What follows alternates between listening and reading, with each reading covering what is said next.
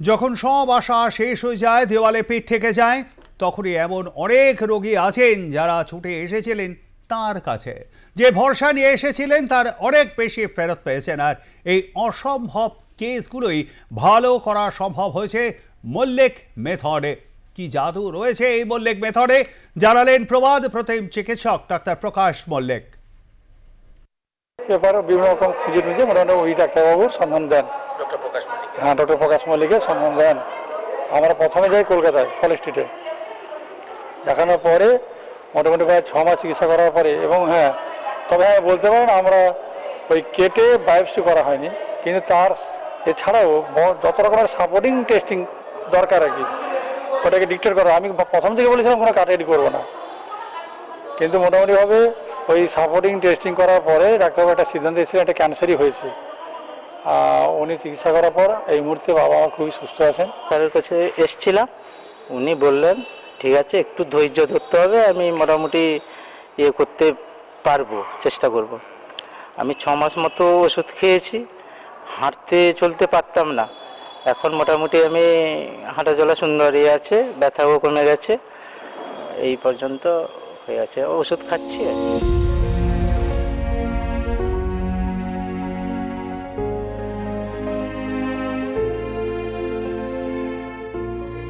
এভাবেই রোগীদের কাছে শেষ ভরসা হয়ে উঠেছেন ডাক্তার প্রকাশ মল্লিক। প্রায় 40 বছর ধরে নানান পরীক্ষা নিরীক্ষা করে তার সাথে হোমিওপ্যাথির প্রয়োগ করে তিনি রোগীদের সুস্থ করে তুলেছেন। কেউ আসছেন বাবাকে সুস্থ করতে, কেউ বা নিজের সন্তানের নতুন জীবনের আশায়। আমি প্রথম দেখলাম যে হোমিওপ্যাথিক মেডিসিনে ক্রিয়েটিনিন লেভেল মেডিকেল ট্রিটমেন্টে হচ্ছিল না, 5 থেকে 3-এ এলো, এবং হিমোগ্লোবিনের রেট 7 থেকে 9-এ গেল। এইটাতে আমি আপ্লুত প্রথম। দ্বিতীয়, আমার মিসেস এবং আমার মেয়েকে দেখিয়েছি, তারা মোটামুটি ডাক্তারবাবু ট্রিটমেন্টে এখনও ভালো আছে।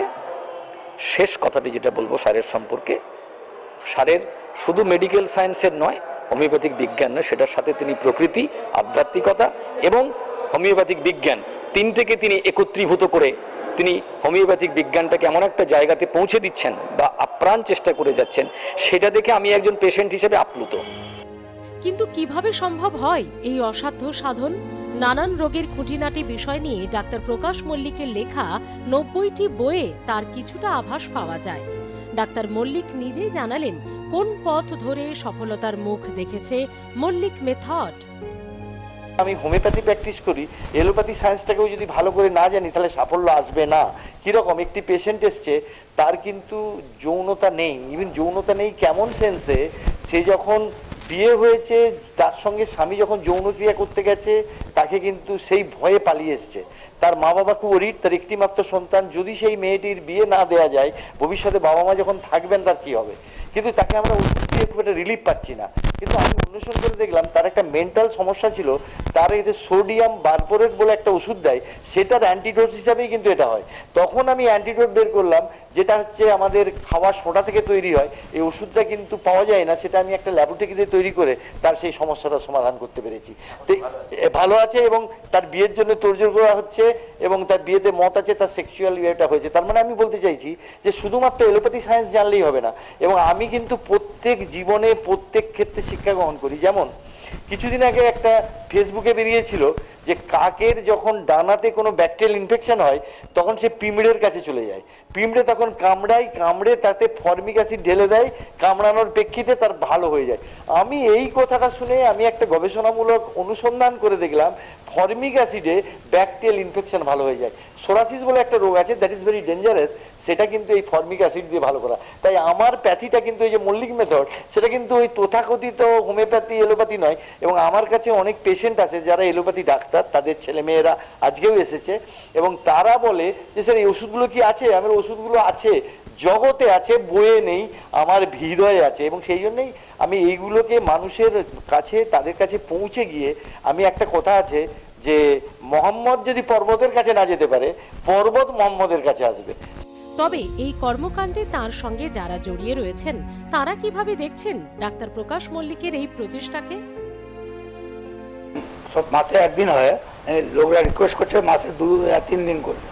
উনি প্রত্যেক সেকেন্ড মঙ্গলবারে মাসে আসে, ডিম্যান্ড এতটাই যে আরো একদিন হলে ভালো আর একদিন হলো ওনার সময় নাই। আর আপনার খুব ভালো, খুব ভালো। আর যারা পয়সা দিতে পারছে না ওনাকে কম পয়সা দেখে দিচ্ছে। আজকে এসেছিলেন চেয়ারম্যানের ওয়াইফ এসেছিলেন, ওনার বাবাকে নিয়ে এসেছিলেন। উনি 1 মাস আগে খুবই অসুস্থ ছিলেন, আজকে দেখলাম উনি সুস্থ আছেন, আবার আজকে ওষুধ নিয়ে উনি গেলেন। আমি যখন বৌদি ভালো আছেন, উনি বাবা এখন ভালো আছে, বলছে হ্যাঁ অনেকখানি ভালো আছে, মানে 1 মাস ওষুধ খেয়ে উনি সুস্থ আছে। বয়স হয়ে রিটায়ারমেন্ট, চাকরি করতেন ভদ্রলোক, ভালো আছেন। রোগীর মুখের হাসি তার পরম পাওনা। তিনি কর্মের মধ্যেই শান্তি আর অবসর খুঁজে পান। দুস্থ মানুষদের জন্য করেন বিনামূল্যে চিকিৎসা শিবির।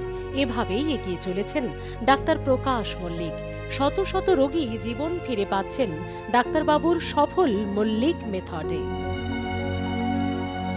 পশ্চিম মেদিনীপুর থেকে ক্যামেরায় প্রসেনজিৎ সাহার সঙ্গে সুচারু মিত্রের রিপোর্ট, আর প্লাস নিউজ।